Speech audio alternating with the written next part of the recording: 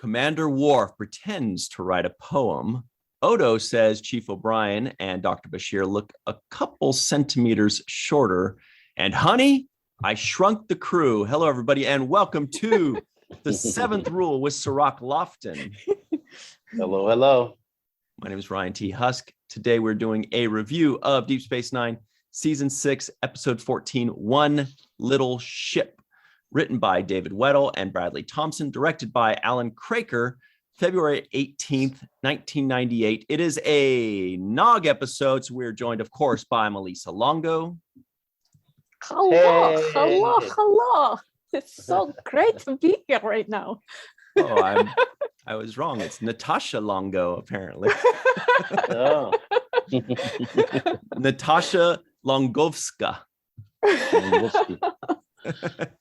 How's everybody doing? All right. How are Doing you good. doing?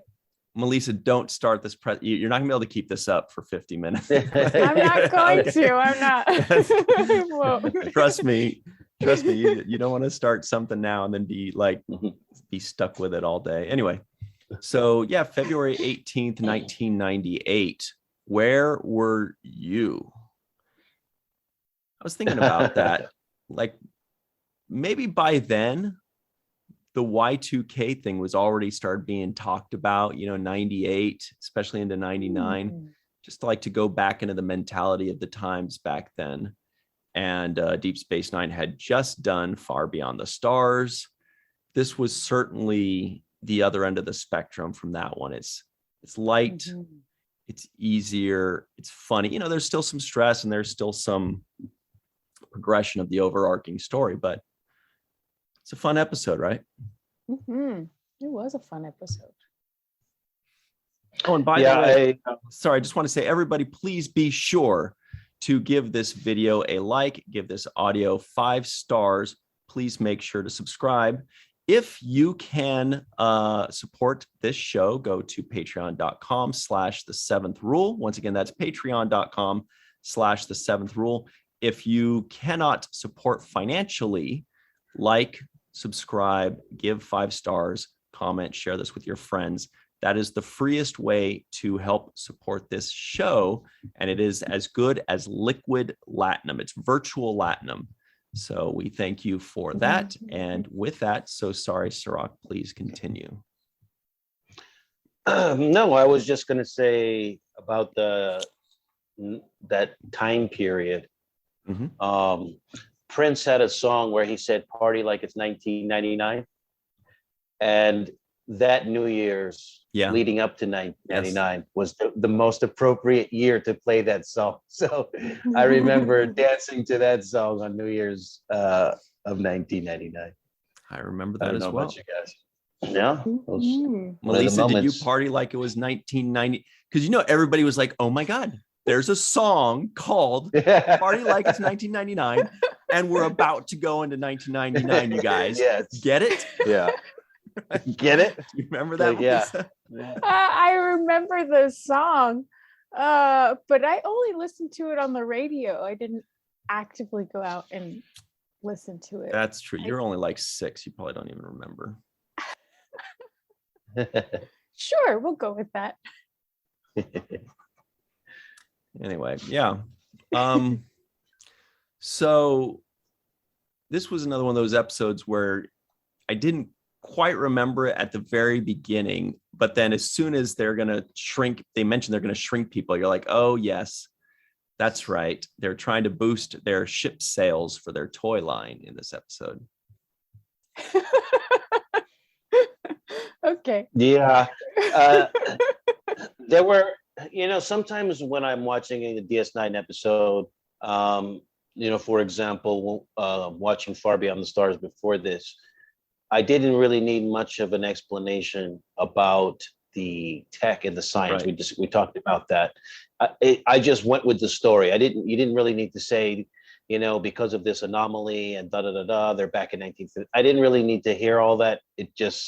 I bought it the way they sold it to me. It was happening in Sisko's head, and that was enough for me. Yeah. But in this episode, I found myself kind of questioning the tech a little bit. right? And saying to myself, would that be possible? And how come that is? And finding myself asking myself questions about whether I buy the way they're selling it to me. And I wish that I was able to get it, without that kind of a thing, because you start to question things. One of the questions I had, for example, when they're talking about being miniaturized, she's laughing in the beginning, and Kira's like, "Oh God, we're gonna shrink these guys. It's so funny," and Nog says, "Smaller than a coffee cup," which I love the whole exchange, because it actually shows kind of the familiarity that they have with each other in ops. I love that part of this story, the relationship building and the relationships that are formed. So that part of the story I like. The part where I start to get into the questioning is saying, well, I think Bashir said something like, well, O'Brien was like, is this going to work? And he was a little bit nervous about being shrunk down. And I think Dax said some kind of throwaway line like, yeah, we tried it in the test simulation or something, right? Or, with the drones that we sent through. Drones, right. And and that made me say, well, drones is one thing, but human life is another. I need some more draw experience with this, right? Can we send a rat through next time? Or can we send like some kind of life form? The Rock, so you don't want to be the lab rat then? No. I that is instantly I was like, seriously, hasn't been tried that much. There's no like background information, like Starfleet. Like, oh no, you remember when Starfleet already we tried this, or the theory of that they proved already. Some kind of better explanation, as opposed to we tried it one time, it worked out once. Remember that one time? That wasn't enough for me. And then it just led to more and more of those kinds of questions. I don't know about you guys. Like, we tried it on a peach. How different can a human be? What's the big deal? Get in there, you big wuss. Yeah, a little bit. Well, that raises the question in my head as to who were the first guinea pigs to try out transporters, because that you would think is far more dangerous, because they're splitting up all of your little molecules and then putting them back together. So who were the guinea pigs for that test? Randy. They're like, there's a strip of latinum on the other side for you, buddy. They were actually that would be an interesting short film to see how they tested all of these things. Maybe Lower Decks, something for Lower Decks to cover. Or short treks. Or short treks, right. Or short treks. But essentially, the first replicator experience, the first transport experience, these kinds of, first warp core breach, the guy who had to figure out that you don't want to go in there. Yeah. And what kind of food was replicated in the first replicator? And how did they know that it was nutritious? It's probably applesauce. Sauce, if I'm not mistaken. Applesauce? Oh, yamak sauce. The Cardassian apple. Okay. Yeah, some kind of sauce. Yeah. But that would be good to know, and also like what person is credited for coming up with inventions and things of that nature. That could be a whole backstory of reference. But essentially, I was waiting for that level of explanation, as opposed to we tried it one time with that little model. It just wasn't enough for me. And so then it started going on and on from there about like questions. But once again, I did like the relationships between characters. Yeah. Also, not to segue too much, but I wanted to point out that a couple of our favorite writers, and by favorite writers, I mean, we've mentioned them a few times before. It's David Weddle and Bradley Thompson, because they seem to appear always together, and written by, they're a good writing team, obviously. And when you look them up, you see that they've done a ton of Deep Space Nine episodes as like executive story editor and all that in the later seasons. Right. But before that, clearly they were just brought on as, like a one-time writer, and they got a story by for Rules of Engagement, and teleplay by The Assignment, written by Business as Usual and Sons and Daughters, and this one, One Little Ship. And then from there, they moved on to higher titles like story editor and executive story editor. So this was the final episode that they did that, I guess, I don't really know how the inner politics work, but that seems like it convinced the room to be like, okay, we've been doing this almost 6 years. Can you just handle this episode? And then they work their way up into actually being part of the team, not just like a writer's version of a day player or something like that. They actually got staffed as executive story editor and story editor. So good on them. I'd love to have them sometime to see how that process kind of works, and if it's something that they were trying to do, or if they just if the writers just threw that at them and said, hey, what are you doing for like the next, I don't know, year and a half? Like, do you mind being on the team? Anyway, just wanted to point that out with those guys. Cool. That's cool. Yeah. Yes, Melissa, I'm sorry. That's all I have about them. I could talk about more. I didn't mean to like ruin the conversation with that. She's like, that was why I don't know where to go with that. That was it. Yeah, that would be fun to find out where they came from. But I wanted and they also went into Battlestar Galactica after that. Really? Yeah, and they did they're currently doing For All Mankind, which is a really cool one as well. They worked on The Strain and Falling Skies, which I believe Doug Jones acted in both of those. CSI, tons and tons of stuff. Anyway, Doug Jones was in The Strain? I believe so. I remember seeing him at least in one episode with like a big open maw. Anyway, sorry. My cousin was in that show. See? That's why I brought this up. Wow. To connect all the dots. Yeah. Yeah. But back to actually we should get a chance, if we can, reach out to them and see if we can get them on the show. Love to yeah, talk about their journey, and obviously they probably have some of their roots and beginnings in DS9 as they've moved their way up the writing ladder. But back to the episode specifically, the moment that I loved really the most, Melissa, was when I like Nog covering for Worf, and like that kind of so cute. The kid. Oh my gosh. Yes, I love that moment. There's actually so many wonderful moments between characters, and I love that you brought up the relationship and familiarity, because that's exactly what I wrote in my notes too, was the familiarity of the entire crew. And it's wonderful, the interactions between Kira and Cisco, when they're laughing about them being small, and then Worf and Nog are like, well, I don't see what's so funny about that, and Nog is hurt because he's like, yeah, why is it funny to be small? And then when they're working together in the warp core, there's still that level of camaraderie that is wonderful, and which is the reason why they work so well together and are able to escape the Jem'Hadar so well. It's a wonderful look at teamwork, and not just one person is the hero in the story. They all have a part to play in the solution of this problem. So, and I like to see that kind of thing.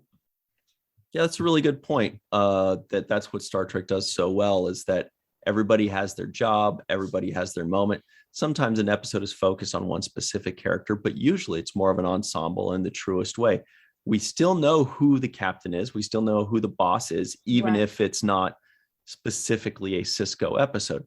like this is not a really, if anything, you can maybe say it's about Dax and Worf, because that's kind of, it starts off with Dax and, with Worf being concerned for Dax, and it closes. But really, it's not really. It's just an ensemble episode. Everybody has their parts, and everybody's a hero. Mm-hmm. Yeah, I think DS9 does that really well in illustrating how you don't have to rely on one person all the time to save the day. They can count on each other to play the part, or fill the roles that they're good at. And it's nice to see that Sisko trusts his crew as much as he does, and puts his faith in their ability to do their jobs, because they can do their jobs. So it's nice to see that. And it's nice when people do stand out and shine, and it's because they have the support of the rest of the crew. So yeah. Yeah, and so the examples that I give of those moments of the kind of camaraderie between each other, when Nog covers for Worf, it's Sisko that takes notice of it. He says, "Oh, look, he's just covering for his buddy here. Looks like we got a friendship brewing here," or something to that effect, right? Yeah. So that's the observation and the interplay. The other interplay was kind of Sisko laughing along with Kira in the moment where he decided to join her in her laughter, because I guess her laugh makes him laugh. So that was another just small moment, but it just shows that how the chemistry between people. I also like the moment when O'Brien is looking out from the mini ship at Nog as they're kind of assessing what Sisko's plan is to infiltrate the computer system. Great. And that moment when O'Brien is breaking it down, he's like, Worf's got to go and do this, and Sisko's trying to distract them and da. But then he says, "Nog's the key," and that was a great moment for me too, because it's just it showed to me how far he's come as a character, from being somebody who's get out of the way, we're working over here, to now he's the key. Right? Nog's the key. His information, what he's about to do, his skill set. Without him, they can't really pull this off. Nog's a smart kid. That was the other line right after that. He said, "Nog's the key. Nog's a smart kid. He'll figure it out." And I just like the way, here O'Brien is now kind of tipping his hat and complimenting him without him even knowing it, from far away. Yeah. Yes, it's important that they keep showing the progression of Nog, the character, because we don't want to see Nog going to Starfleet Academy, then becoming a cadet, then suddenly he's just great at everything. That wouldn't make sense. We want to see bit by bit by bit, and we're watching it through the eyes of his superiors, going "Oh, right, very good," or "Hey, or he's doing well." They're being convinced bit by bit, so we're being convinced bit by bit. Another trick that the writers are doing is really they're explaining it to Bashir, on the script, but the point of that is to explain it to us. They're going "Well, here's the plan, Bashir, blah blah blah blah blah." They're letting us know. So here's what's going on. Here's the story. And I was thinking about Nog and how he fits into this crew. And I was thinking, if they had not done this, brought Nog up, from the character he was into the character that he is, they would only have 3 officers there. They'd have Sisko and Worf and Kira, and it really wouldn't have worked. They might be able to bring on Odo, but then who's watching the station, So I always thought that they needed an extra officer or 2, because when the show first started, there were 4 actual Starfleet officers, and that's it. 4 Starfleet officers, and then Worf and Odo. And I felt like in order to create the stories that they needed to create and really expand the show, they needed to, it was a little thin on officers. And then they brought Worf, then they added Nog, then they added a ship, and now it's it's like this full complement. But I don't know, if Nog wasn't there, who do you think they would have replaced him with? I don't think there is anybody they could have replaced Nog with. Eddington? Because he's dead. You're a little too happy about that. But I think Nog is just the natural choice for that part.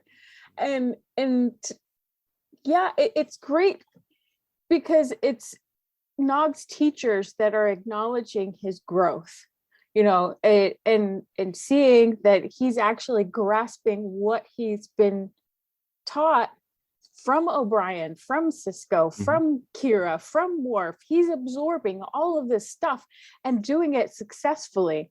And it doesn't happen all, at one time. It's kind of similar to Prodigy in that way. Prodigy's doing a great job of illustrating this teamwork and showing that to learn something, you have to do it over and over and over again to find the solution. It's not just going to happen immediately. And so I think Nog is the perfect person to illustrate that. I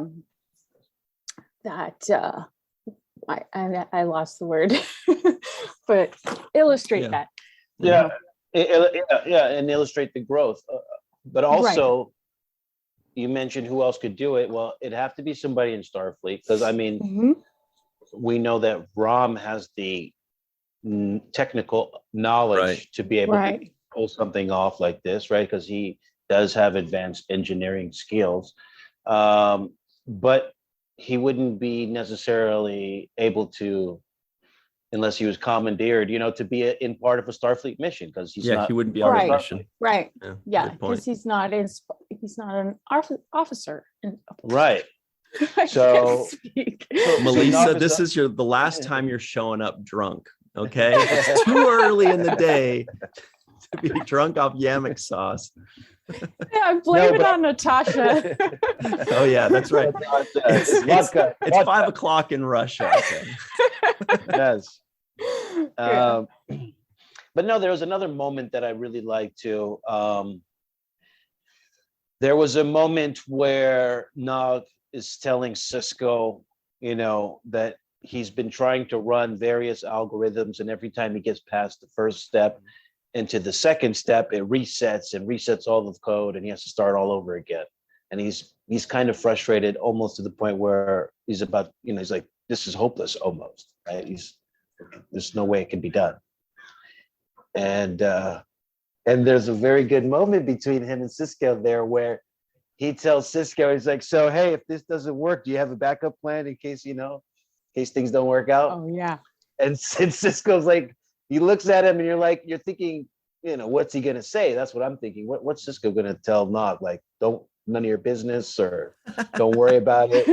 Or I know he's not going to lay out the backup plan. But yes, he did lay out the backup plan. He's like, yeah, I'm going to blow the strip up. I'm going to destroy the ship, which means us in it, right? I guess. Right. Welcome to Starfleet, kid. Yeah. This is the real Yeah, world. we're all going to die. Yeah. Then the Nog's backup plan is look. we all die. Yeah. Nog's look is like, okay, maybe I should get back to work then. Yeah, give me a second. Give me another chance. Wait a minute. Hold on a second. Yeah, I'll figure this out. Actually, that moment where Aaron as Nog went like, he has that kind of nervous reaction. I kind of stopped and pictured Aaron doing it, because sometimes you can just get lost in, Aaron is here, Nog is here. But every once in a while, you try to connect the two and see, is that an Aaron-ism, or is that Aaron just creating an ism for Nog? And I couldn't quite come up with an answer for that, because I never really saw Aaron really do it that extreme, or maybe he just kind of got an Aaronism and made it more extreme. You know what I mean? Like kind of to create the character, he just brought up that reaction to a higher level. But anyway, sometimes I try to like piece that together and figure like, Where did that come from? Did he create that reaction, or is that something that he always did and like amplified it? But we do have to take a very quick break. And we'll be right back on the seventh rule. Hi, everybody. Welcome back to the seventh rule with Cirroc Lofton and Melissa Longo. As you know, my name is Ryan T. Huskin. We're doing a review of Deep Space Nine, season 6, episode 14, One Little Ship. And very quickly, here are the trivioids that may or may not have made the cutting room floor. Oh, that was a really funny line.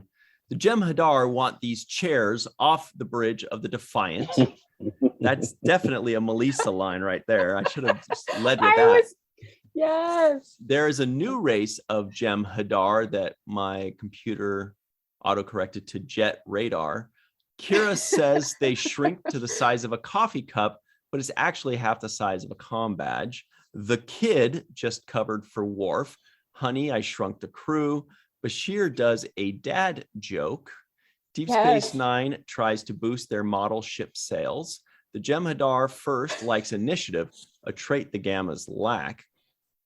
Worf pretends to write a poem for Jadzia, and Odo says Chief O'Brien and Bashir look a couple centimeters shorter. Lisa, what was the dad joke? I remember Bashir now. Was telling O'Brien that he needed to clean up the inside of that tube, and O'Brien was like, I forgot what he said, but then Bashir was like, "Oh, I'm sorry, that was small of me." Yeah, that was it. That's the one. It was so funny. Cirroc agrees. I laughed out loud. I thought they gave Bashir all the cheesy lines in this episode. The small of me one was one of them. He did that one well though. My word. Yeah. My word. The other one was when Dax said, "I have a light touch," and Bashir says, "That's not what Worf said." Yeah. Hey, like, get it? Oh, yeah. Yeah, I was like, "Doctor." I was like, wow. That's a little low blow right there. That's too personal. Yeah. Yeah, but that's that familiarity again. How funny would that have been? How funny would it have been if she says, "I've got a light touch," and Bashir goes, "That's not what Worf says," and she just turned to him and went. She'd be like, "Oh," so she'd be like, "I don't know you like that, Bashir. Get off me, man. We're at work." I know. We're at work. That would have actually worked for me. I would have been good with that. Maybe you're right. I don't have a light touch. Yeah. Was that that would have been a great one. So yeah, she would have been good for that. But those were the kinds of moments that were, back and forth to me in the episode that made it feel good. And the other one was the one you just let off in the trivioid, which is I thought the closing scene with Odo and Quark funny was hilarious, because Odo comes in very serious and he's good at delivering that brand of humor, which he's it's just on the edge of drama, but it's right there on the cusp of humor, and he does it so well. You know who I think, and I could be wrong, and Cirroc, you're definitely the person to ask. I feel like that's the kind of delivery that Avery has in his humor, where he's playing it straight, but just with the tiniest twinkle in his eye to where you're like, I think he's fucking with. Is he fucking with me? Yeah. Yes. And he was doing that. He can do that, all essentially as great actors. That's the way you play it. You study the drama, you study the comedies, and the delicacies between the two. But Avery is more rooted in the dramatic arts than so much as a comedy. He understands comedy. He knows all about it as far as the history and the knowledge behind it. But ultimately, he's made a decision to root himself in the the drama. I would say Odo or Renee is, because he had done the comedy in the past and worked on those kinds of shows, had a different level of playfulness when it comes to that. But I didn't want to turn you too much away from that scene. I want to talk a little bit more about that scene. I didn't mean to turn us from that, because I feel like that may have been, and I could be wrong with this. I'm wrong very often in this public forum. Sorry. But it feels like this was the first time that Odo and Quark were in on a joke together rather than against each other. It felt like this was the first time that they actually came together at the end. Even in the past, like in The Ascent, I believe, the episode where they had to climb up that high mountain and they're fighting the whole time, but then they become friends, or they're like, Quark is saving his life. Even at the very end, when they have to work together and they're in the hospital bed, what's the punchline? The punchline is, I still hate you. I hate you too, right? So even then, the punchline is them pulling apart. The joke is them hating each other. This was the first time where it ended on them coming together. And I was expecting the opposite to happen. I was expecting, Quark to say, oh, who says you don't have a sense of humor? And I was waiting for Odo to then turn on him and, don't get used to it or whatever. But nope, they allowed that moment to finally happen 6 seasons later. And I don't know, were there other moments where they actually ended on coming together? Well, I mean, I think in The Ascent, they said they hated each other, but there was a lot of love in that hate. Of course, that was actually a metaphor for saying I love you. Yeah, that's what they were really saying to each other. Yeah, and in this final scene, in this final moment, when Quark comes up, I was like, well, see how well he knows Odo? He knows him so well that he knows when Odo is joking, and he was essentially Odo's wingman and swooped in and sealed the deal for that, because right. And I was expecting usually the punchline is them pull, like I was expecting, like maybe he says they say you don't have a sense of humor, and Odo says whatever he says, and then maybe Quark puts his arm on Odo's shoulder like a pal, and Odo looks at him like, what the fuck, and he pulls it off or something. But I was like, wow, they're actually gonna let us have this moment. Yes, it was wonderful. It was so great. I loved it. And that's what I think this episode did a very good job of, is building the relationships and showing us the kind of closeness that the characters have with each other. And I appreciated that a lot watching this episode. The other thing I thought we got a good insight to was the Dominion. And seeing real kind of internal conflict inside of their structure and their forces, right? Learning about this new generation of Jem'Hadar that had been essentially created as a replacement model for the old batch, right? And the old batch and the internal struggles that are there. I think even at one point, Devorah said, yeah, okay, I don't have time for this. You guys fight about this later, but almost giving them permission to fight. I thought it seemed like, instead of saying, no, you guys are going to have to work together and, and follow orders, and you're going to work it out and you guys are one team. He almost said, like, yeah, I get that you're going to fight and you guys go ahead and fight about it. Almost egged it on, yeah. Right. He almost pitted them against each other. Which is a classic strategy of somebody that's trying to keep power, is you want the people below you fighting it out so that person, that, authoritarian, holds on to their control, because if they stop, they're worried that if they stop fighting amongst themselves, they'll realize how shitty you're actually treating them, so that's that.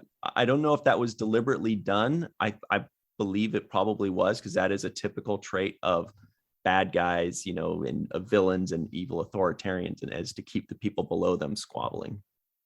Right. But it also illustrates how it doesn't help them because they end up being defeated because they're not working together, as opposed to the flip side where Sisko is not that kind of leader. So, and his team knows what they're doing. They work together. They might have, a tiff here and there. Worf did go after Nog, but then Kira covered for Nog, So ultimately, they're all on the same side, whereas the Jem'Hadar were not, and it cost them their lives. What do you think Worf would say if he heard you say that he and Nog had a tiff? He'd be like, I do not tiff. I merely stated. Oh yeah, that's too dainty of a word for Worf. And I thought Sisko also did a good job in this episode of recognizing the kind of battle that was happening within the Jem'Hadar and playing off of that to gain his own tactical advantage in the episode, right? Why are you moving so slow? Well, because you're this guy over here. He keeps telling me something different than what you just told me, and so he just kept building that up, right, and playing on that for his own advantage. I thought it was another good way to show how clever he is and how quick he adapts to situations to find the best way out. Right? Yeah. I mean, this whole episode showed everyone had such great knowledge of the ship and their role in the crew. From Kira fixing the warp drive, and I was like, oh my gosh, she's so smart. And then I always say that, but and that's okay. And then it being pointed out that Nog really knows what he's doing, and Jadzia knows what she's doing, and Sisko is great at figuring out strategy, and he'd be great in a chess match. But so everyone had their moments of brilliance in this episode, I think, and I love that. I love to see when they show that everyone's a smart player in the game, And I did, just to touch on a little bit more, I thought that was a really nice element that the writers added about them creating Alpha Quadrant specific Jem'Hadar. A lot of that is because of distance. They can't just keep shuttling in people from the Gamma Quadrant or whatever. So they started creating some in the Alpha Quadrant. And while they're mixing up the soup, they're like, well, let's, make them fit a little bit more with what's going on in the Alpha Quadrant. I don't know exactly how much they change. I noticed a different hue in the first and the second. I believe the first was a little grayer and the second was a little bluer, but I don't know if that was, if the differences are visual or if it's just biological or internal. But I thought that was a really smart element to create, because then it also makes us think about, it reminds us of other things in life where, some old way is being supplanted by a new way, and that both ways actually have something to learn from each other. The newer guys obviously were built for the Alpha Quadrant, so the older guys could learn that new strategy. But clearly in this episode, the more experienced Gamma Quadrant guy, he's been in a lot of battles with these guys and he knows their tricks. But the first wouldn't listen because he's that impetuous youth. He's like, I know everything. Right. Boy, oh boy, am I. I know it all. I'm 4 years old. No, he would probably be like a year, maybe. The elder would be more like 4. No, I think they said if a Jem'Hadar reaches 7, they're a celebrated elder. So yeah, he's 4 to 7 if he survives that long. Yeah. Yeah, I was looking up a little bit about this because the ship that they were on was called the Rubicon. Yeah. And I wanted to do a little bit more kind of background about the Rubicon, which is this river in Italy.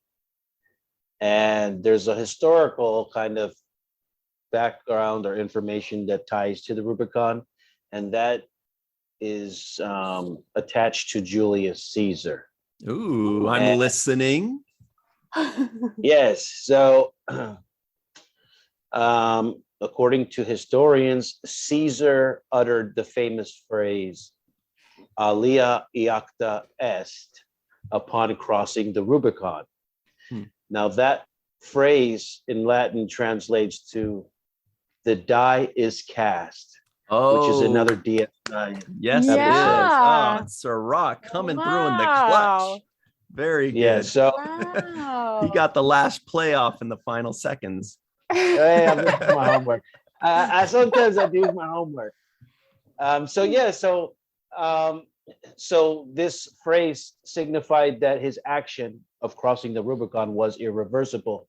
Now, the phrase "crossing the Rubicon" is now used to refer to committing irrevocably to a grave course of action, which is similar to the phrase of passing the point of no return. So that's a little history on the Rubicon, crossing the Rubicon, the die is cast, and DS9. So I thought it was interesting there that that all of this stuff, I'm sure, is rooted in the writer's knowledge and their kind of interest in, ancient Roman culture, all of these kinds of things, mythology. So it's good for us to just dig a little bit deeper to find the things that inspire the writers to use certain words and phrases and titles. Melissa, don't you feel like just a tiny bit smarter now and ready to take on the day for having learned that? I'm like, I know more stuff today than I did yesterday. I'm ready. That was good stuff. That. Yeah, loved it. Yeah. Yeah, but also really quickly, we didn't get into the Worf stuff, which I love the moment with Worf in that poem. Oh yeah. Yes.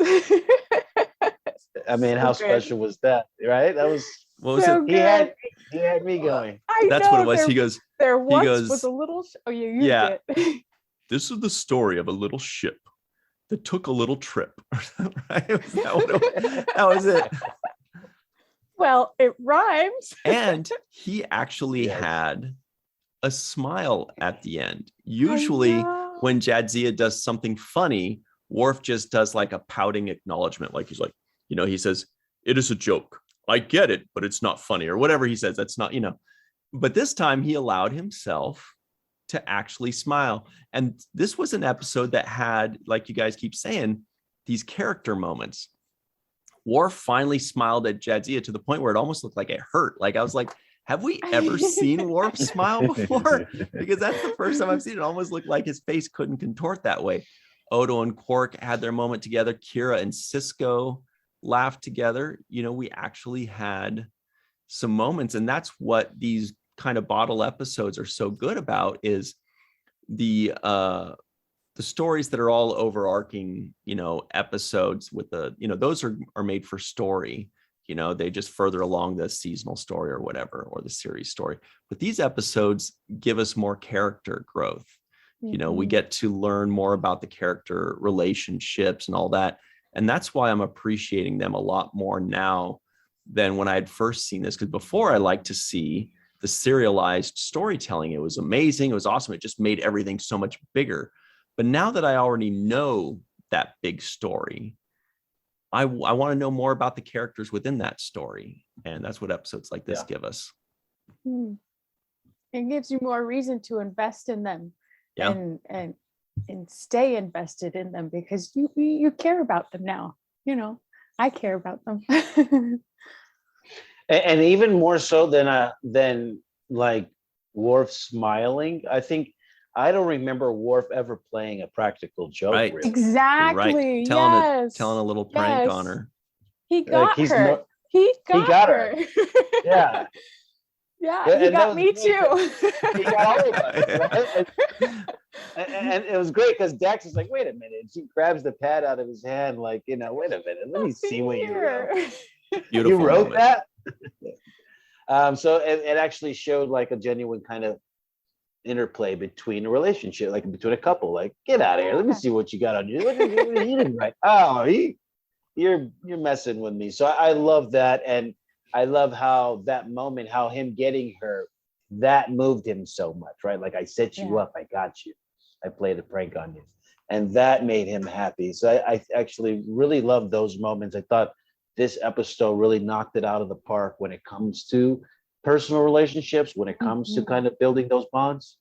But I did have like my own nitpicks, and I was wearing my tie throughout the episode as well. Yeah. Although this episode was nominated for an Emmy for outstanding Really? visual effects. Mhm.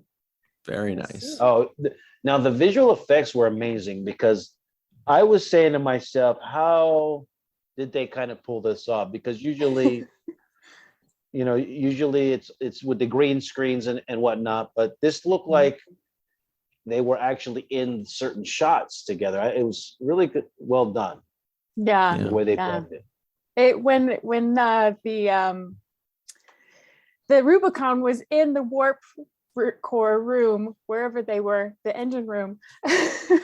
I know so many technical words, but it was so cute. And then when she's flying up to warp space is so cute, and then flying, itty bitty. But that was one of my nitpicks. That was one of my nitpicks. I was like, why are they flying so high? Like, you're literally you're gonna get spotted by somebody. Like, even if it looks like you're the size of a fly, I'm still gonna be like, what the hell is a fly doing on the space station right now? Don't we have fly zappers? I just thought that they would be flying lower and kind of more indiscreet, because they seem to have be in headshots with people, like when they're in their close-ups, and I'm thinking, well, this guy's like literally, this thing is like right here. Like, you didn't see that? Yeah. He was like that first, was it Nog? I feel like it was Nog or Jem'Hadar. But yeah, they're flying right here. They're like, and then there's the engine humming. I mean, why not just try to be more discreet? Why not give it a shot? They're like, do you think you can see us? I don't know, but this is fun, right? We could fly right in front of his face. I think the first one was an accident, because they didn't know the Jem'Hadar was there. So when they pulled up, it was like, oh, woo, now we gotta hide. All right. Yeah. But that was part of me was like, they're not being discreet enough, right? Like in the actual flying around. But I get it. They needed to have them in shot. So I was okay. But just, that was a miniature nitpick. But the biggest nitpick. No, if you got a bigger nitpick, you go right ahead. I don't know. You cracking out the tie is pretty big. All right, how about this? We'll leave this for the audience. We're going to leave this for the audience to decide. And Ryan, you go first, and we're going to see who does the audience think has a more valid, bigger nitpick. Okay. It's round 2 out of 3 of the nitpick number 4. First Ramataclan 7.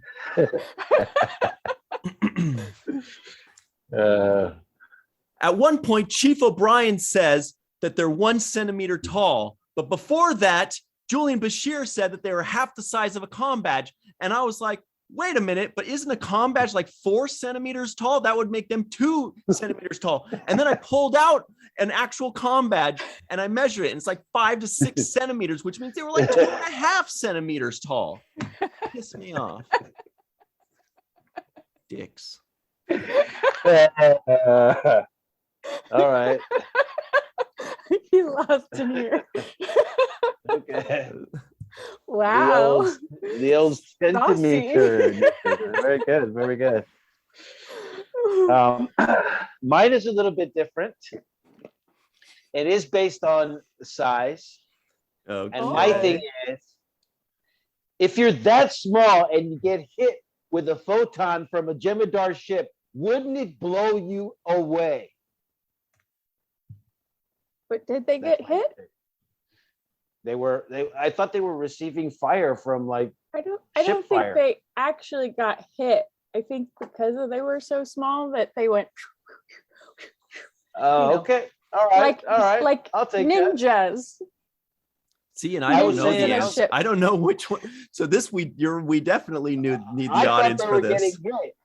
I thought they were getting hit with fire, and I was like, wouldn't that Jem'Hadar fire, like if they're 2,000 times smaller than they normally are, Well, and if they got and their ship was hit with a regular size, I thought they were dodging all of photon? them because they were so smart that Jem'Hadar couldn't hit them. But I was thinking it's not very smart of the Jem'Hadar to open fire near the warp core, because that would just blow the entire ship up. Right. And to add to that, what I was going to say is that if you are your natural reaction, now we aren't Jem'Hadar, Galfa, Gamma or Alpha, or the mixture of Galfa. We are neither of those, but I bet just about every human that had a gun or a phaser rifle, if there was something that went bzz right in front of your face, your first instinct would be to swat it, not to pull out your rifle and try to Oh, yeah. right? You would just hit it. You would just be like, what is this thing? Right? Especially if like you're this warrior beast, you would just bash it. But meanwhile, they're just doing target practice. Those Jem'Hadar Galfas. Yeah. Small Galfas. I thought it was Delta, Alpha. Anyways, but yes, those were the like technical parts that I had problems with. Just like, you know, like you said, the size ratios. You know, if it was hit by a torpedo, what kind of effect would that have? And those kinds of things. They were just miniature things in my head. Yeah, miniature. Miniature things. Miniature ships. I was thinking the opposite though. The them firing the it's not phaser fire. What does the Rubicon shoot? What kind of fire did phasers? I think it's phasers. Was it phasers? Well, I was wondering how big of a phaser fire the small Rubicon would have against the Jem'Hadar. It was pretty powerful. Yeah, they were getting very powerful. Yeah. Almost like photon torpedo size powerful. Yeah. You know? But little miniature photon torpedo powerful. I love how we're all like nerds where we somehow know what photon torpedoes feel like. They're like, wow, that was like a photon torpedo. We don't know. But yeah, I thought the same thing when they got blasted. I was like, wow, that is remarkably powerful. That thing's got some packs a punch to it. We've got to go to the free-for-all in just a second here. So everybody that's waiting for Jake Sisko guesses the IMDb score. It's going to be the first thing on the free-for-all because this is a good one. Here we go. But before we go over to the free-for-all, we do want to give a very special thanks to a few very special people. And their names are, you guessed it, Carmen, a.k.a. Skillet, TJ Jackson Bay out in Missouri, Bill Victor Arukin,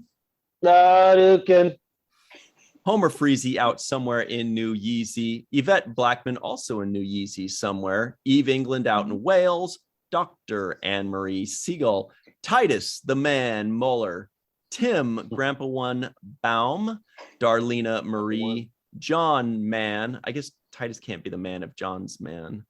Rex A. Wood, Dr. Muhammad Noor, Joe Balsarati, Tierney C. Diekman, Mr. Ed Maurer out in Idaho, Anil O. Palat, Anil K. Chander, no relation, Thomas Collings, Lawrence Niels, also no relation, Isaac Stock, Ed Jarrett, and lastly, and especially not leastly, Dr. Susan V. Gruner. Thank you all so very much, and stick around. We'll jump on the free-for-all right now. Always remember the 7th rule. And welcome back to the 7th rule. We've got Sir Rock Lofton, woo, and Ryan T. Husk, and Grandpa One is crying, and Goldie Scott, and the amazing Eve England out in Wales, and the incredible Dr. Susan B. Gruner, woohoo, with Barbies behind her, and Mr. Lawrence Niels, woohoo, out on the East Coast somewhere. Yeah. Ms. Tierney C. Dinkman, woo!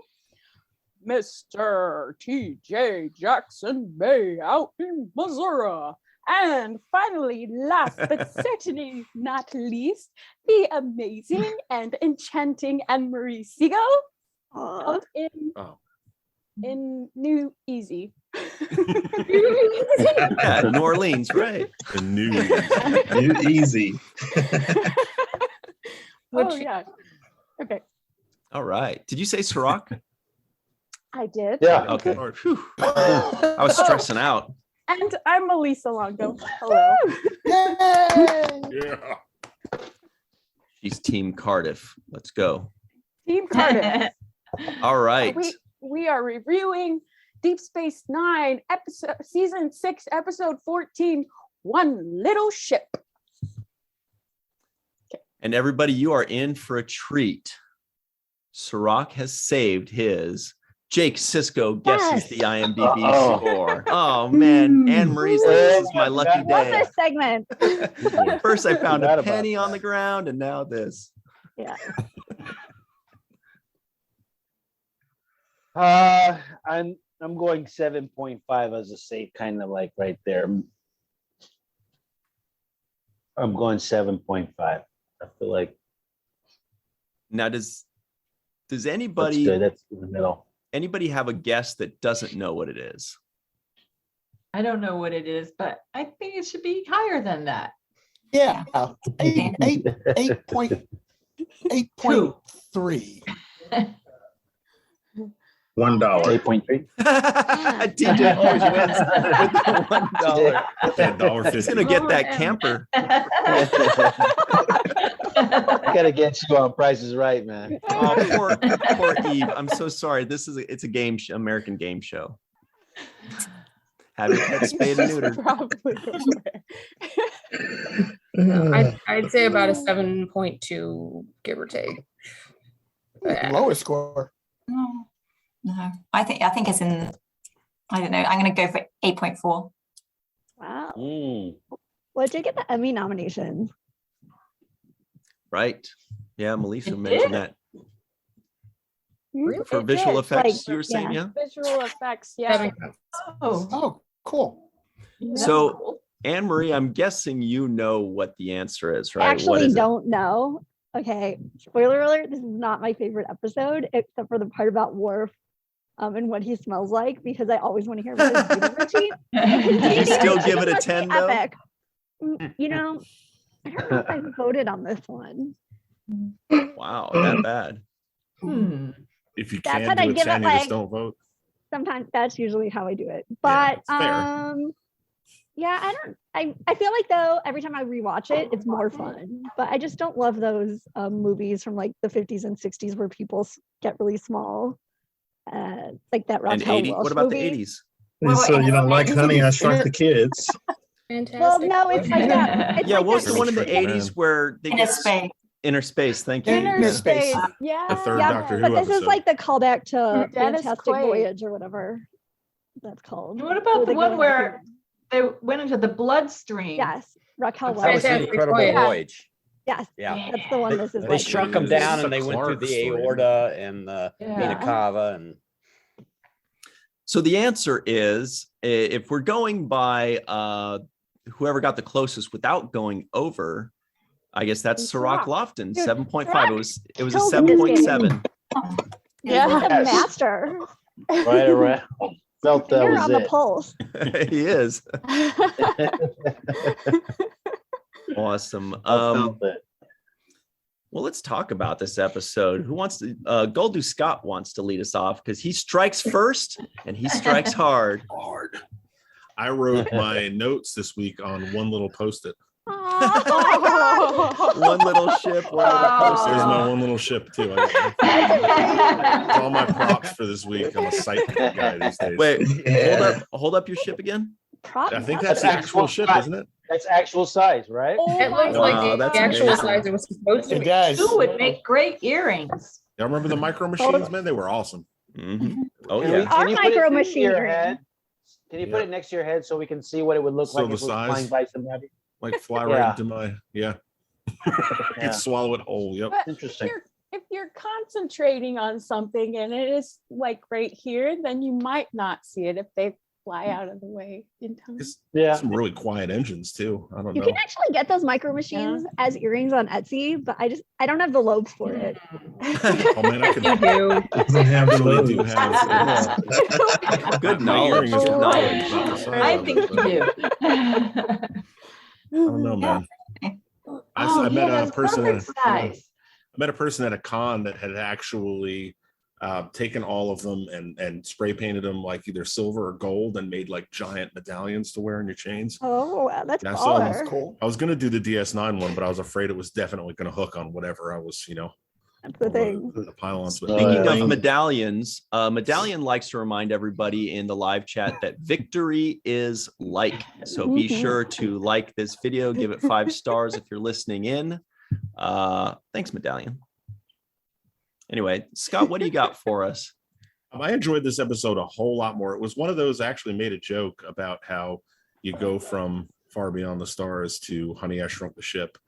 And just like the anomaly that this is, that you go from that to that. And I enjoyed this a whole lot more. I guess I was just always overshadowed by the silliness of the tiny ship. And you had this story about becoming obsolete that was right there the whole time. And I guess I just hadn't paid attention to that with the first and the second. And so I really enjoyed that. But also the thing that glaringly hit me today while I was watching this, while I was on break at work, was why is it that the bad guys always capture the group of the good guys? And when they put them together in a room where they can talk and make plans every single time. Great point. Every single time. Also, check the manifest. Make sure you have everybody. Yeah. That always is like another Star Trek Scanners thing. And yeah, so but then they separated Cisco, which was probably really smart. But yeah, it was a lot more fun than I'd remembered it last time. So I did enjoy it. It was a pretty cool episode. Yeah. I think this one was actually like shot first before Far Beyond the Stars, which like it was. That's such a like Ooh, crazy interesting. like roller coaster of emotions for the actors. But yeah, because there were so many like visual effects that took longer in post. Interesting. What do you got for us today, Eve, out in Wales? I just think this episode is just the cutest thing ever. And I was just watching it going, oh my gosh, everything's just so cute. And I just love it when Chief O'Brien and Bashir go into that sort of circuit room. And it's just as beautiful, just the way that set was. I was just, oh my gosh, I just want stuff like that in my house. I just thought everything about it was just really beautiful, and how you could see all the sort of, when the ship was flying around, you could see all the little details, and it did just scream inner space at me, when it pops out of the little thing and you think it's this huge scene, and then it's like these little tiny little doors that open with the steam coming out, and it's just so funny. And the only thing, obviously, when I was reading the companion, they said that they made the ship, the mini ship, 6 inches because they had to put all the lights, so it had real lighting inside it, like the bigger models that they use. So I thought that was really cool, because it's supposed to be 4 inches, I think, in the script, but it didn't work with the electronics that way. So you can just tell that they, like you said, they spent so much time and effort on it. And there's just so many little jokes, and yeah, I think it's hilarious, and I think it certainly deserved more than 7.5. So I think we need to get voting higher. 7.7 is what it got, right? I think. I just tended it. But that's not high enough. 7.7, it's not high enough, exactly. Never high enough. Eve talked me into it. Well, and I also remember the like Worf poetry writing, which that tipped me over. What else do you have on this episode, Anne-Marie? That Nothing, and that's it. I just want to hear the rest of Worf's poem. There was nothing on the pad. Do you want him to actually write it out or make up the whole thing for you? I'd rather make it up and then hear it sung. Klingon opera. Nice. TJ Jackson Bay, out in Missouri, looking forward to a nice weekend of football. Any thoughts on this? Yeah, I enjoyed this episode. I always thought it was a fun one, with the little ship flying around. I do have a nitpick, but I'll come back to that. No, do it. I paid a lot more attention this time to, I think, like Scott was mentioning, the interaction between the first and the second, and the first or the second one. Sorry, the second being wise and knowing what's going on, and yet bound by duty to follow the orders of the first, even though they were to their detriment, and he knew what was coming. And I thought the second did a great job, and I was wondering who played him. It's Fritz Sperberg. And, I just feel like he did a great job, with the vocals and acting through the makeup, for someone that, just came in to do one show. So great job to him. And so, okay, my nitpick is this, and I don't have a tie, but I have. You have the nitpick fez too. Straighten your collar, man. Wait, ooh, fun spin. Okay, so they fly into this anomaly, and it makes them small. And then they warp out of it and stay small. And to get back big, they have to go back into the anomaly and fly out the way they came.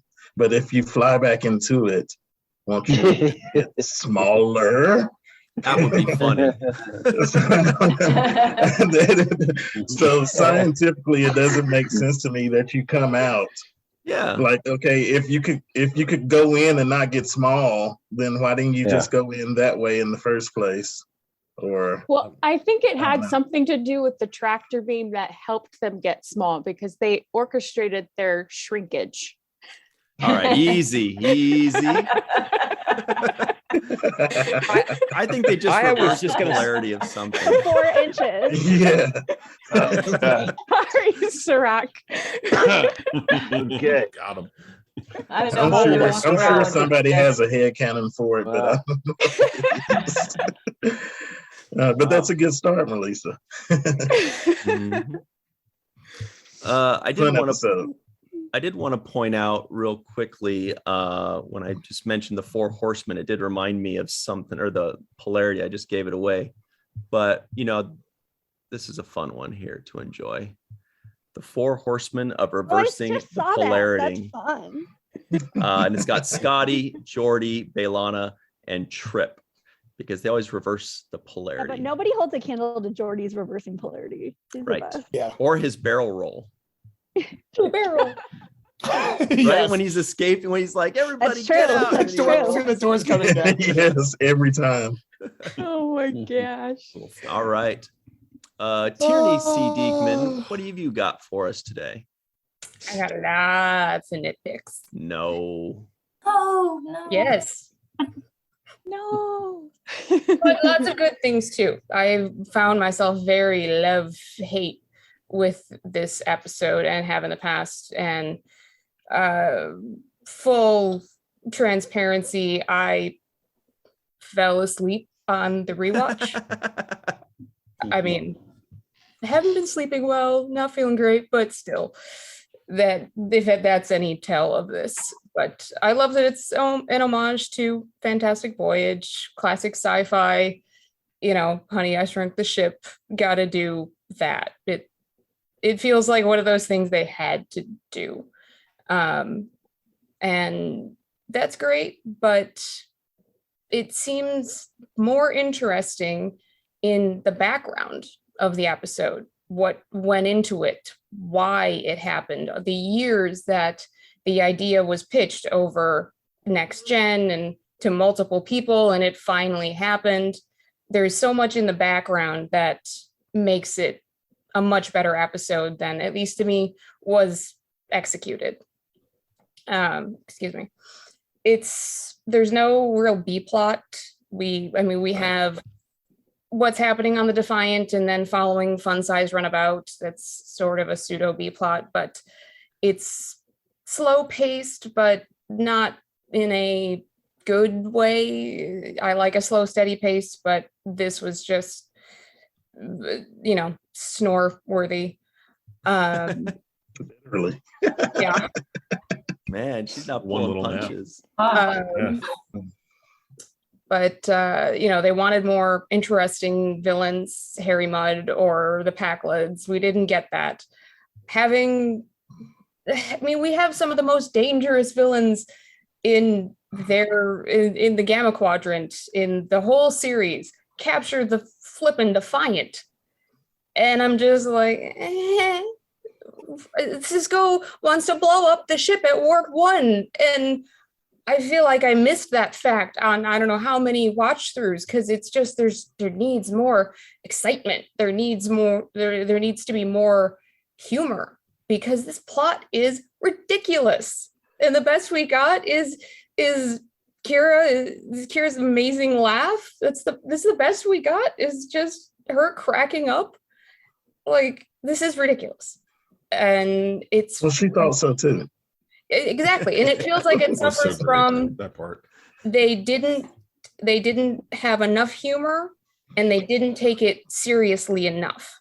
It could have been one or the other.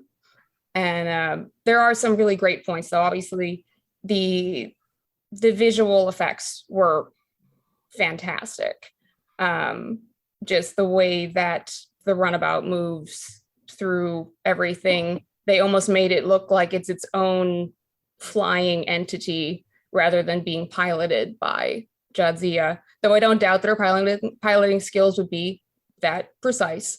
Though there were a few times when I'm like, how the hell is no one noticing them? Like, she comes up in front of a Jem'Hadar's face, and I know the engines are quiet, like, here's your little dishwasher, but regardless, it was fantastic. The miniature effects were fantastic. I love Circuit City with Bashir and O'Brien. It makes me feel like a kid again, staring upside down at the ceiling and imagining a new world. I've always loved that scene. And like Eve said, very well put. I want that shit in my house. I want those everywhere, because it's fantastic. It's dreamlike. The only thing that bothers me with that is Bashir's got a super brain. Why doesn't he realize that cable has a toggle and notches? Just turn it. It just bothers me. Also, again, he's a super brain, but they make him exposition patsy. He should know most of these things that are going on and be able to surmise, but we don't have enough detail. It's easy to miss things. Why the hell are they going into the anomaly? What is the anomaly? I want more about why they're studying it, about the shrinkage. I want to know more about that. I mean, they called it compression. It's actually compactification, but didn't like using that word. So, okay, they want to stick with some of the science, but not with the fact that photon torpedoes, no matter what size, should have the same yield. They should have blown up the damn Defiant, but they were just little electric, loogies. But, they've got that and the phaser fire in Circuit City, and that didn't do anything either. Just pick one. We have Alpha Jem'Hadar, and we never hear anything else about them. We don't know what they do that makes them more, perfect for combat in the Alpha Quadrant. What are they better? Let me ask you this, Tierney, because Sirach had similar thoughts that he wanted to know more about the science for it to fit. But let me ask you this: in order to add all of those things, what would you have taken out of the episode?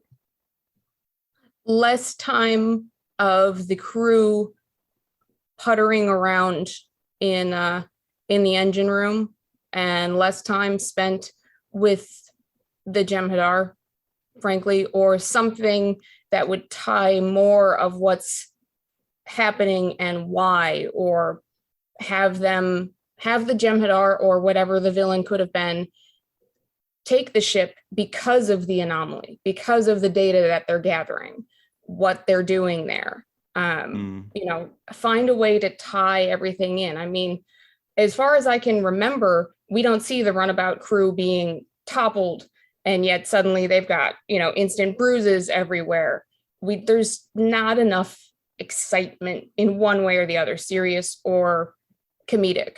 I mean, a scene was pitched like Space CSI, where one of the characters was supposed to be, held hostage, and Cisco's just like, everything's okay, it's going to be fine. And villain's like, no, it's not, and shoots the hostages, right in the head, shoots his head off, and they turned that down. Like, they could have gone really brutal with this, and it just feels like so much in such a ridiculous thing. I love mini runabout. I want mini floating, hovering runabout, complete with tiny, Bashir, and tiny, smaller than a potato O'Brien, and of course Dax. But Potatoes O'Brien, that's a thing, yes. isn't it? Mm-hmm. And a common joke in my household. But I just wanted more with something that is an homage to classic sci-fi. Got it. You wanted a two-parter. You wanted One Little Ship, parts 1 and 2. Sirach, when you were, because we kind of touched on this a bit, but we didn't really go into detail. Were you kind of thinking along those lines, or just a little bit more explanation on the science? You mean as a part 2, like a two-parter? No, as in like in the episode that they didn't explain a lot of the science as much as you would have liked.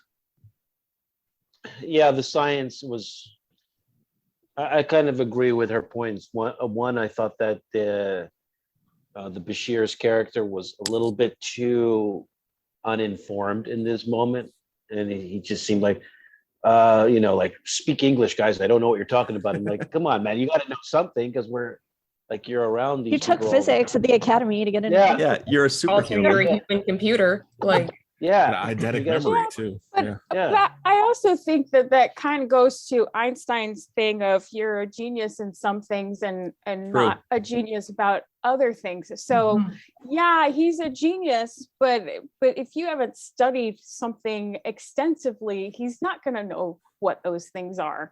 And when he's in the circuitry area, he's suffering from hypoxia essentially. So his brain is going to be slower still. Great point. So I don't think those are and Bashir has proven that he can study something for a long time and still not be good at it, like women. Right? You guys all knew where that was going. Also, he saw the episode of TNG Rascals and knows these situations just usually take care of themselves. That's right. Yeah. Just hold on, you'll be all right. Well, Lawrence, what have you got? Geek Life rules, by the way. Woo! Love Geek Life rules. See, it's funny. It's funny you mentioned Rascals, because I sort of Rascals is one of those episodes like this one where something serious that actually threatens the lives of our heroes is happening, but it's so ridiculous that in my mind I don't process it the same way I would process an episode where, like, oh my God, it's serious and someone may die and get shot in Ducata. I process as, oh, this is a romp. The serious storyline with the Jem'Hadar for me is the B plot, because especially I didn't realize that this was shot before Far Beyond the Stars, because airing after it, this is like, oh, this is the romp where we can relax after having our emotions wrung to within an inch of their lives. That's what I thought. The Jem'Hadar is the B plot for me, and I'm enjoying the science things and now I want to go back and watch it again, because the science part of it, with one exception that I'll mention in a second, the science part of it, I'm like, yeah, that doesn't make any sense, but that's because this is the romp. It's okay. And there's just so many really light, funny moments. I'm like, oh, there's a serious thing with the Jem'Hadar. I'm sure that'll sort itself out, because we're having our romp. We're having our romp this week. Right. Exactly. The moments between Jadzia and Worf are just killer. The moments between Kira's laugh that Tierney mentioned in the beginning, the absolute brilliant final moment with Quark and Odo and O'Brien and Bashir. Where weren't you guys taller before? It's worth it for the last like 30 seconds alone. They say so much is said without having to say anything, just with looks between the two of them, and between the two of them through all their makeup on top of it. It's just brilliant. The only moment, like, science-wise, that ever stood out of me, and this stood out of me when I first saw it like a billion years ago, was when the Rubicon comes out of the panel, plasma injector panel. I'm like, really? That one little thin door is supposed to protect whoever's on the other side of it? Yeah, and then it closed right back up. And then it just spring load Not the closes same. back up. And I'm like, really? That's all. Like, if I'm the engineer who has to work at that station, I'm going to be constantly looking down at the panel between my crotch going, can I get assigned someplace else, please? Put a lock on this thing.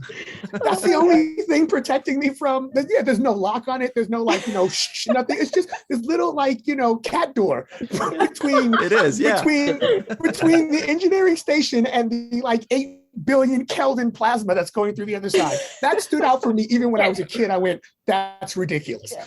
But everything so else, funny. I bought into the ridiculousness because I was like, "Oh, this is the romp." Right. This is our romp, and I can only have my emotions torn up like Far Beyond the Stars so often without something in between. So, and Rascals is the exact same way. There are a lot of things where you're going, the Ferengi should be serious. They're threatening to murder children and beam them down. Yeah. But in my head, the first thing I think is, now, this is the romp. That's such a good impression. I want to see my father. I want to see my father.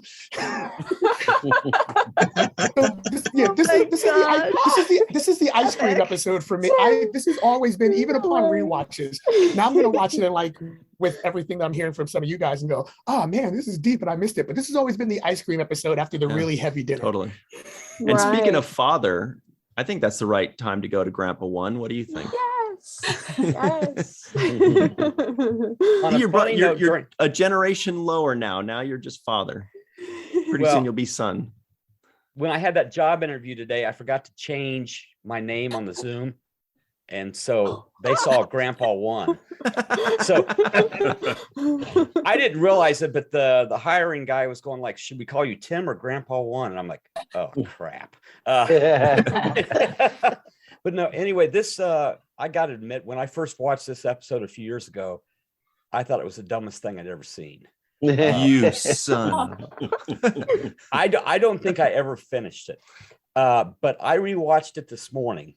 And couple of things, I actually enjoyed the episode, but the one B plot that y'all mentioned was between the Alpha and the Gamma Jem'Hadar, and I've been called an elder statesman before, and I can understand the number two is going like, yeah, I'm the most experienced, but he's the future, so I just and of course he had a couple of I told you so moments, but no, I have to say, I think my favorite part was the very end when when Odo was saying, I think you're a little bit shorter, because just a couple of weeks ago, I happened to catch a MASH rerun where they were pranking Charles Winchester, where they kept changing his clothes. So he thought he was losing weight, and then they changed clothes and he thought he was gaining weight.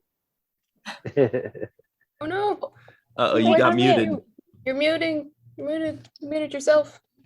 He's coming back in 2, 1. There he is. There I am. I don't know what point I went mute. Someone pranked you. No, I was the MASH episode where they pranked Charles Winchester by changing his clothes. So they kept swapping out his clothes, so he thought he was losing weight, and then they swapped him out and thought he was gaining weight, and just pranking him like that. But that I don't think the first time through, I don't think I ever made it all the way to the end to see that. And I thought that was a nice little ending. But I did enjoy this a lot better than the first time it was on, because I'm like, oh, this is so stupid. And but no, I actually paid attention this time, and the Worf and the Jadzia interaction, and so there was some humor in it, and then the special effects the CGI was really cool. Totally. So that's what the Emmy was for. Yeah. Well, what about you, Sue? You've been very patient playing with your dolls while you're waiting. And any thoughts? Did you like this better than the first time you saw it? Yes. I did not like it the first time when it came out, but I watched it twice, and all the points about the science and everything are good points, but I didn't think about that. I just thought it was a fun episode. I love that they stole a line from Casablanca. Oh, what was the line? This is the beginning of a beautiful friendship. Yes. Cisco said it And before. I love the ending. I thought it was very cute. I like the way Jadzia poked open the doors with the the gentle little tap, and I thought it was really cute and fun. Mhm. With her light touch or gentle touch. Yeah, with or her light something, touch. whatever it And was. I thought about the oxygen shrinking, and I thought all about all of the science, and I thought it's a TV show. Exactly. Why didn't she just beam in more oxygen? Is that something they could do? Or an oxygen They did tank, it- maybe. They yeah. did it the first time. Yeah. That's You're right. Yeah. With them when they beamed them in, but that would take away the urgency of the Yeah. Right. Raising Did the they not have stakes. little? Yeah. Did they not have little environmental suits in the roundabout that would be the I same thought size about as that They them? should. That's so cute. They should. point. And Well, then they could just beam in little environmental suits. we're just about out of time here, everybody, but thank you all for joining us. And oh, Eve, this is for you. It's this is The Price is Right. That's what we're- One time I went to Oh Price is my Right, gosh. and my friend got it to Bob showcase Showdown. Barker. Yeah. Yeah. Eve from Wales, you're the next contestant on The Price is Yes, Right. that's the Now. You know, I actually got to spin Yeah. that wheel once. Yeah, my friend. Yeah, I was like Oh, doing some Cool. acting gig on a soap opera wherever it was. I think maybe it was At the Grove, I think which it is where they was film it. maybe General Hospital or something like that. But anyway, yeah, they were moving stuff in and out of studios, and it was just sitting there in the hall in between some of the stages.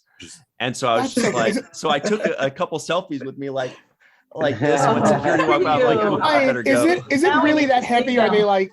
Is it really that No, it heavy had to some, spin, it or had are they some just meat faking? to it. Yeah, it had some, Okay. some girth to I it. feel like there's a production person behind them going, make it look hard. Just pull it Did it make the the sound? With the ticker. I don't think so. I think it has to be plugged in for that, and it was moved out into the hall. But I made Okay. the sound. Oh. Anyway, we do have to run, everybody. Oh, by the way, Eve England has officially been with us for over 100 episodes this month. Oh my gosh. That's Thank you, Eve. amazing. Come on down. century. Also, our good friend who's not here has done the same. Homer Freezy out Freezy. somewhere in New Yeezy. He Yeah. didn't want to be embarrassed today, Hey. but thank you all very much. Great. Woohoo. So we got to run. Sweet.